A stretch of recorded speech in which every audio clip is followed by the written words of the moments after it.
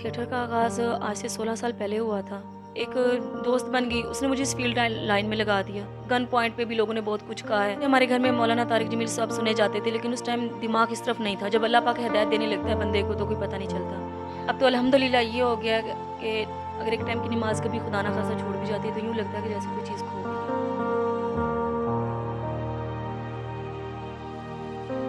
अस्सलाम वालेकुम नाजरीन, आप देख रहे हैं लाहौरी जलवा। आपके साथ मौजूद है आपका खिदमतगुजार फ़हाद हसन। जी तो नाजरीन, आज मेरे साथ मौजूद है थिएटर करने वाली एक ऐसी ख़ातून जिसने 16 साल थिएटर में डांस किया है और आखिर आज ये तौबा करके बैठ गई हैं। आखिर इनकी ज़िंदगी में क्या हुआ? मौलाना तारिक जमील साहब के बयानात सुने, जिसकी वजह से इनको बहुत ज़्यादा हिदायत मिली, बहुत ज़्यादा रहनुमाई हुई और इन्होंने इस फील्ड से तौबा कर ली। जी तो नाज़रीन, रेशम खान साहिबा हमारे साथ मौजूद है, जिन्होंने 16 साल थिएटर पे डांस किया, थिएटर में काम किया। और आपको पता है नाज़रीन, तरह तरह के लोग होते हैं, तरह तरह की सोच होती है। किस तरह से इन्होंने काम किया, किस तरह से इन्होंने तारिक जमील साहब के बयानात सुने और किस तरह से एक अल्लाह ताला की तरफ से हिदायत इनको मिली। और कहते हैं कि अल्लाह पाक हिदायत उसको ही देता है जो हिदायत मांगता है। इनसे जानते हैं और पूछते हैं कि आखिर इनका सफ़र कैसा रहा, डांस से लेकर तौबा तक का। अस्सलाम वालेकुम। जी, वालेकुम अस्सलाम। कैसी हैं आप? जी, अल्हम्दुलिल्लाह मैं ठीक हूँ।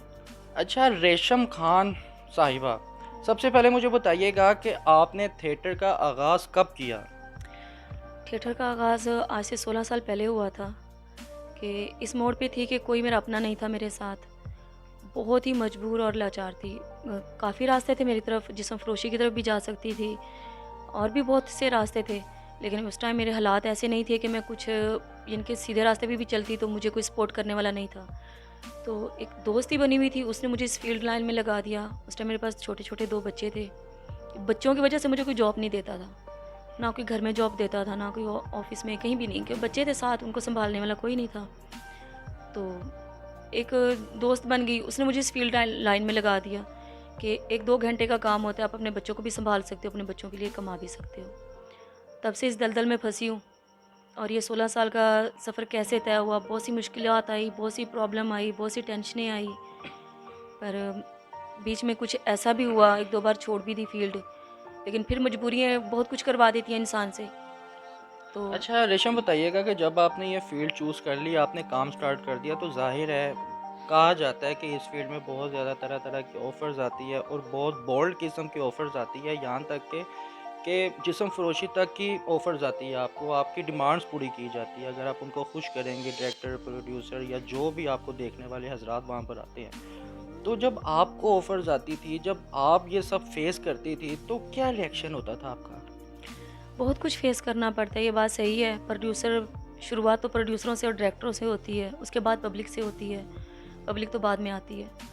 तो कुछ लड़कियाँ हैं जो इनके बहकावे में, बातों में आ जाती हैं, लेकिन वो बेवकूफ़ होती हैं, इस तरह नहीं करना चाहिए वैसे। लेकिन मैंने भी बहुत कुछ फ़ेस किया है, प्रोड्यूसर, डायरेक्टर, यहाँ तक कि गन पॉइंट पे भी लोगों ने बहुत कुछ कहा है और इसी वजह से बीच में 1-2 बार फ़ील्ड से आउट भी हो गई मैं, छोड़ भी दी फ़ील्ड। उसके बाद अल्हम्दुलिल्लाह, जब कहते हैं कि आपकी नीयत अच्छी हो, अल्लाह पाक उसका साथ देता है। मैं अल्लाह पाक से यही दुआ करती कि अल्लाह पाक ये काम भी बुरा है, ठीक है, कर रहे हैं, लेकिन उस बुरे से ये अच्छा है कि हमें कभी खुदा न खास्ता हमें जिस्म फ़रोश करनी पड़े या कोई हमें किसी के सामने जाके अपने आप को नंगा करना पड़े, उससे बेहतर था। लेकिन बहुत कुछ फ़ेस किया, लेकिन अल्हम्दुलिल्लाह अल्लाह पाक ने मुझे महफ़ूज़ रखा है। अच्छा बताइएगा रेशम, कि तारिक जमील साहब के बयान आपने कब सुनना शुरू किए और कब आप हिदायत की तरफ आई और कैसे ये फ़ील्ड आपने छोड़ी? मौलाना तारिक जमील साहब के बयान तो मैं काफ़ी पहले से सुनती थी, क्योंकि मेरे फैमिली भी माशाल्लाह अच्छी फैमिली है हमारी, पढ़ी लिखी फैमिली है और माशाल्लाह नमाज रोज़ा और वैसे भी पाबंद है इस चीज़ के। एक मैं ही थी, मजबूरी थी या कुछ भी था, इस फील्ड में आ गई, नसीब में लिखा था या समझ लो कि मेरी बेवकूफ़ी थी। तो शुरू से हमारे घर में मौलाना तारिक जमील साहब सुने जाते थे, लेकिन उस टाइम दिमाग इस तरफ नहीं था। जब अल्लाह पाक हिदायत देने लगता है बंदे को तो कोई पता नहीं चलता। मैं रोती थी, नमाज़ पढ़ती थी, अल्लाह पाक मुझे इस फील्ड से निकाल ले, मैं इज़्ज़त की ज़िंदगी गुजारूँ। बहुत सी मुश्किलें आई हैं, लेकिन वो कहते हैं कि देर है अंधेर नहीं है। अल्हम्दुलिल्लाह मैं सुनती थी इनके बयान। मेरे माशाल्लाह बेटे भी हाफ़िज़ कुरान है, 15-15 सिपारे हिफ़्ज़ किए हुए हैं। हमारे घर में माशाल्लाह मेरी बच्चियाँ भी हैं। तो जब अल्लाह पाक का खौफ पैदा होता है ना इंसान के दिल में, काफ़ी बहन भाई लोग कहते थे कि ये फ़ील्ड बुरी है, लेकिन मैं अक्सर ये कहती थी कि जो मुश्किल टाइम पे जिस चीज़ ने आपको सँभाला होगा ना, आप लोग उसको कभी बुरा नहीं कहोगे। मुझे अपनी फ़ील्ड से, मैं अभी भी कहती हूँ मेरी फ़ील्ड बुरी नहीं है। कुछ लोग अच्छे-बुरे बीच में आ गए हैं, फ़ील्ड बुरी नहीं है। क्योंकि मेरे जब बच्चे भूखे सोते थे सड़कों पे, मैं और मेरे बच्चे, हमारे पास ना घर था ना रिहाइश। इस फ़ील्ड की वजह से मुझे घर मिला। इस फ़ील्ड की वजह से ही मैंने अपने बच्चों का पेट पाला। इस फ़ील्ड की वजह से ही मैं बची रही कि मैंने किसी के सामने कपड़े नहीं उतारे। अगर ये फ़ील्ड भी ना होती मेरे पास तो शायद मुझे जिस्म फ़रोशी करना पड़ता, ये काम जो लोग करते हैं आम। लेकिन अल्लाह पाक ने हिदायत दी। मौलाना तारिक जमील साहब का मुझे 4-5 साल हो गए हैं, मैं इनका मुसलसल, मेरे बच्चे भी माशाल्लाह पढ़ रहे थे, वो भी काफ़ी घर में सुनते थे बयान, तो मैं सुनती थी। इन्होंने एक बयान दिया था, उसमें एक फ़ील्ड की ही लड़की का इन्होंने ज़िक्र किया था कि वो लड़की इस तरह आई है, वो जिस्म फ़रोशी के धंधे में थी लड़की, और वो इनके पास आई थी और वो रोई इनके पास आके कि हमें लोग इस अल्फ़ाज़ से बोलते हैं, ये हमें ये कहते हैं, तो क्या हम वाक़ई इतनी बुरी हैं कि हम नॉर्मल इंसानों की तरह बैठ नहीं सकते? तो इन्होंने उनको बड़े प्यार से, शफ़क़त से उनके सर पे हाथ रखा था और उन्होंने कहा था, नहीं, अब मेरे दरवाज़े खुले हैं आपके लिए, अब जब मर्ज़ी आओ। मेरे लिए आप मेरी बेटियों जैसी हो। और तब से मुझे हौसला मिला है कि नहीं यार, हम इस फ़ील्ड में हैं या इस फ़ील्ड से हट के भी हम भी नॉर्मल इंसानों जैसी हैं। फ़ील्ड कर रही हैं तो ये मतलब नहीं है कि हम बुरी ही हैं। तो आहिस्ता-आहिस्ता मैंने नमाज़ शुरू की, रोज़े रखने शुरू किए। पहले मैं बिल्कुल भी नहीं रोज़े की तरफ जाती थी, क्योंकि एक शैतान हैवी हो जाता है ना इंसान पे, तो कुछ नहीं कर सकता। अब तो अल्हम्दुलिल्लाह ये हो गया कि अगर एक टाइम की नमाज़ कभी खुदा ना खास्ता छूट भी जाती है तो यूँ लगता है कि जैसे कोई चीज़ खो गई है। इनके बयान सुनने के बाद, इनके हमारे घर में बयान सुने जाते हैं, सुनने के बाद ना दिल में और जज़्बा पैदा हुआ कि नहीं यार, अगर मैं भूखी सोती थी, फ़ील्ड की तरफ आई हूँ, मैंने 2 टाइम की रोटी कमानी शुरू की है, तो मैं अल्लाह को राज़ी करूँ, अल्लाह मेरे लिए कोई ऐसा वसीला बना देगा और कोई ऐसा दरवाज़ा खोल देगा कि मैं इस फ़ील्ड से हट के मैं अच्छा कमा लूँगी। सही हो गया। अच्छा रेशम, बताइएगा कि आपने ये फ़ील्ड छोड़ दी है। आपको पता है ये कहा जाता है कि ये दलदल है, जब बंदा इसमें फँसता है तो फिर फँसता ही चला जाता है। जब आपने ये फ़ील्ड छोड़ी है तो बहुत ज़्यादा आपके कलीग्स, आपके जानने वाले, आपके आपके साथ काम करने वालों ने आपको स्पेशल समझाने, अपनी तरफ से समझाने की कोशिश की होगी कि रेशम तुम क्या कर रही हो, तुम यहाँ से कमा रही हो, खा रही हो, इस फ़ील्ड को मत छोड़ो, वापस आ जाओ, हम तुम्हें सपोर्ट करते हैं। तो कैसे आपने उनको मैनेज किया? क्या आपके रिएक्शन थे जब उन्होंने आपको फिर दोबारा इस फ़ील्ड में आने की ऑफ़र्स करवाई? बहुत ऑफ़र आती हैं, पहले भी जब मैंने छोड़ी थी फ़ील्ड, तब भी मुझे बहुत ऑफ़र आई थी। तो उस टाइम पे बहुत मुश्किल टाइम मेरे मेरे पे गुज़रा था। मुश्किल टाइम ये था कि सबने साथ छोड़ दिया था। जब इंसान के पास पैसा होता है ना, तो सब उसके रिश्तेदार अपने होते हैं। जब पैसा नहीं होता ना, कोई भी उसका साथ नहीं देता। तो मेरे 5 बच्चे हैं, बच्चों के साथ मेरे ऊपर इतनी मुश्किलें आ गई थी कि एक टाइम की अगर होती थी ना, तो 2 टाइम की नहीं होती थी। माँ खुद तो भूखी रहती है, बच्चों को नहीं रहने देती। अच्छा, माज़रत के साथ बताइएगा रेशम कि आपके हस्बैंड कहाँ हैं? मेरे हस्बैंड से मेरी डिवोर्स हो गई थी और मैंने फ़ील्ड में ही आके मैंने शादी की थी, और फ़ील्ड में आके शादी करने के बाद मैंने फ़ील्ड छोड़ी थी। 9-10 साल, 11 साल हमारी शादी चली है। लेकिन वही बात है कि फ़ील्ड की लड़की को कोई अच्छा नहीं समझता। मेरे ससुराल वालों की एक ही डिमांड थी कि ये अच्छी लड़की नहीं है, इसको छोड़ दो। हम अलहदा रहे, हमारे बच्चे भी हो गए, लेकिन लास्ट में अंजाम वही हुआ कि ससुराल वालों ने कहा कि अच्छी लड़की नहीं है, छोड़ दो। तो नाकाम रही शादी। बताइएगा कि माशाल्लाह आपके 5 बच्चे हैं, आप सिंगल मदर के तौर पर उनकी तरबियत कर रही है, परवरिश कर रही है, उनको पाल रही हैं। बड़ा मुश्किल होता है एक अकेली ख़ातून के लिए अपने बच्चों को पालना, तरबियत करना, उनके लिए सोशल वर्क करना और घर के भी हर काम करना। तो आपके दिल में ख़्याल नहीं आया कि मुझे अब दूसरी शादी कर लेनी चाहिए या मुझे फिर दोबारा घर बसा लेना चाहिए? अपने लिए नहीं तो कम से कम अपने बच्चों के लिए, उनके सर पे एक बाप का साया आ जाएगा, उनकी कफ़ालत हो जाएगी। जी, बिल्कुल आया ख़्याल। मैं यही तो आपको बता रही हूँ कि जब अल्लाह पाक हिदायत देता है ना, तो एक इंसान अगर अच्छा काम करना चाहता है या अच्छाई की तरफ बढ़ता है ना, तो अल्लाह पाक उसके लिए 100 दरवाज़े खोल देता है। 5 बच्चे, आजकल के माशरे में आप ये चीज़ को मानते होंगे कि एक बच्चे के साथ भी कोई किसी को कबूल नहीं करता। क्योंकि लोगों के ज़हन में ये होता है कि हाँ, आजकल के हालात में एक इंसान को खिलाना बड़ी मुश्किल है, तो अगर एक औरत के साथ 2 बच्चे आ गए या 1 बच्चा आ गया, उसको कहाँ से हम पालेंगे? तो मेरे ख़्याल में पता नहीं मुझे अच्छा है या बुरा है, लेकिन औरत को अकेले इस माशरे में कोई जीने नहीं देता। निकाह ही बेहतर हल है, हराम करने से बेहतर है कि आप निकाह कर लो, हक हलाल है। और नबी पाक की सुन्नत पे अमल करना चाहिए इंसान को।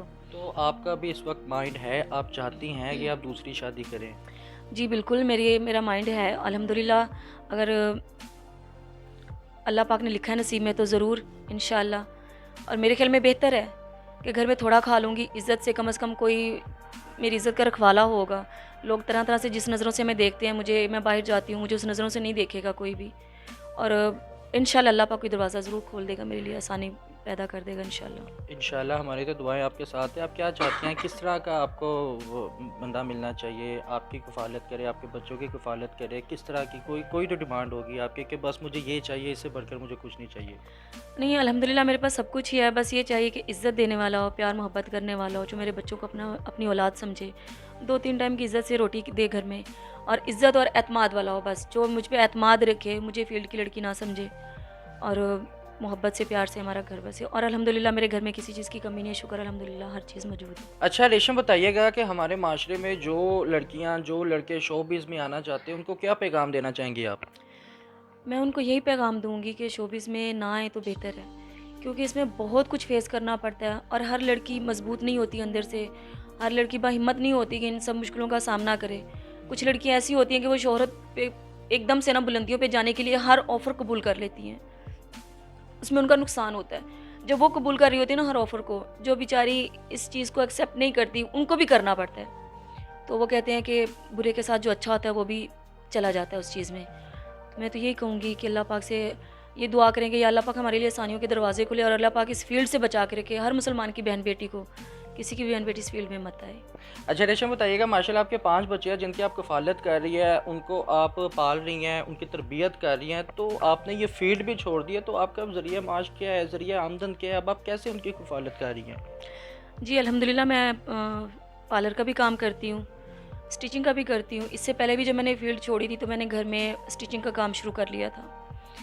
तो मेरा घर का निज़ाम अल्हम्दुलिल्लाह चलता था। इस हिसाब से तो नहीं चलता था, लेकिन नॉर्मल था, चलता था।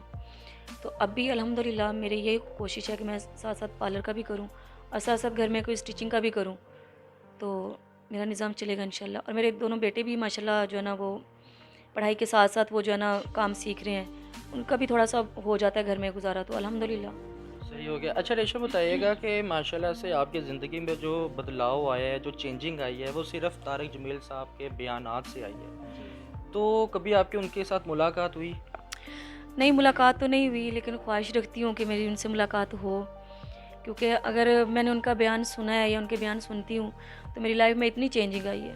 तो अगर मेरी उनसे मुलाकात होती है, मैं उनके साथ बैठती हूँ, तो आप सोच सकते हैं कि मेरी लाइफ में और कितनी चेंजिंग आ सकती है। मेरी तो ये कोशिश है कि मेरी जैसी और काफ़ी लड़कियाँ जो इस फील्ड से आउट होके अपने आप को अच्छी तरफ लाना चाहती हैं इस तरफ, तो मेरी कोशिश है कि मैं एक इस तरह का हम ग्रुप बनाएँ लड़कियाँ, कि हम उनको लेकर आएँ इस तरफ। वो फ़ील्ड से आउट हों, फ़ील्ड छोड़ें, अल्लाह और अल्लाह के रसूल के जो ना उस पे चलें, सुन्नत पे अमल करें, तो अच्छी बात है, ये होना चाहिए। और मेरी तो यही ख्वाहिश है कि मौलाना तारिक जमील साहब से रिक्वेस्ट है मेरी कि एक बार मुझसे मिल लें, मुझे बता दें कहाँ पे आना है, मैं आऊँगी। और मैं समझती हूँ कि मेरा वो खुशनसीबी होगी मेरी कि मैं इनसे मुलाकात करती हूँ। तो जी तो नाज़रीन, जैसा कि रेशम खान थिएटर पे 16 साल जिन्होंने डांस परफॉर्मेंस की है और तरह तरह के लोगों से मिली, तरह तरह की मुश्किलात का सामना किया है, इस फील्ड में आने के बाद शादी हुई, डिवोर्स हो गई, 5 बच्चियाँ जिनकी कफ़ालत कर रही है, और मौलाना तारिक जमील साहब के बयानात सुनकर तौबा कर ली और ये फील्ड को टोटली गुड बाय कर दिया, बाय बाय कर दिया इस फील्ड को, और अब ये स्टिचेस करती हैं और पार्लर का काम करके अपने बच्चों की कफ़ालत कर रही है और अपनी ज़िंदगी हंसी खुशी सुकून के साथ गुजार रही है। इनका कहना है कि थोड़ा खा लो मगर सुथरा खा लो, और अपने बच्चों की कफ़ालत कर रही है। इनका ये कहना है कि मेरा ज़हन है कि मैं दूसरी शादी करूं, हाँ अगर कोई ऐसा मर्द जो मुझे अपना ले और मेरे बच्चों की कफ़ालत कर ले, और मुझे उससे कोई दौलत शोहलत नहीं चाहिए, बस इतना कर ले कि वो मुझे प्यार दे और मेरे बच्चों को बाप का प्यार अता फरमाए, मैं उसके लिए ज़िंदगी हाजिर रखती हूँ। इसी के साथ नाज़रीन, अपने मेज़बान को इजाज़त दीजिएगा। अगर आपको हमारी वीडियो पसंद है, अगर आप चाहते हैं कि जैसे कि इन्होंने बताया कि ये ग्रुप बनाने लगी हैं, ये चाहती हैं कि हम इंडस्ट्री में या शोबिस में जो भी गलत काम हो रहे हैं उन लड़कियों को, उन बच्चियों को बचाएं, उनको अपनी तरफ माइल करें, जो अल्लाह और उसके रसूल सल्लल्लाहु अलैहि वसल्लम के हुक्म के मुताबिक अपनी ज़िंदगी को गुजारें। अगर आपको ये वीडियो पसंद आए तो कमेंट सेक्शन पर लाजमी बताइएगा, इंस्टाग्राम पे जाके हमें फॉलो करें और हमें कमेंट करना मत भूलिएगा। नाज़रीन, आपका एक कमेंट हमारी बहुत बड़ी हौसला अफजाई करते हैं और ऐसी मज़े मज़े की कहानियाँ भी लेकर आते रहेंगे हम, और ऐसी मोटिवेशनल स्टोरीज़ भी लेकर आएंगे हम। जैसा आप देखना चाहें हमें मैसेज कीजिएगा, हम इंशाल्लाह उनके पास जाकर, उनके घर जाकर स्पेशल आपके लिए टाइम लेंगे और आपके लिए इंटरव्यू करेंगे। इसी के साथ अपने मेज़बान को इजाज़त दीजिए। देखते रहिए लाहौरी जलवा फ़हद हसन के साथ। अल्लाह हाफिज़।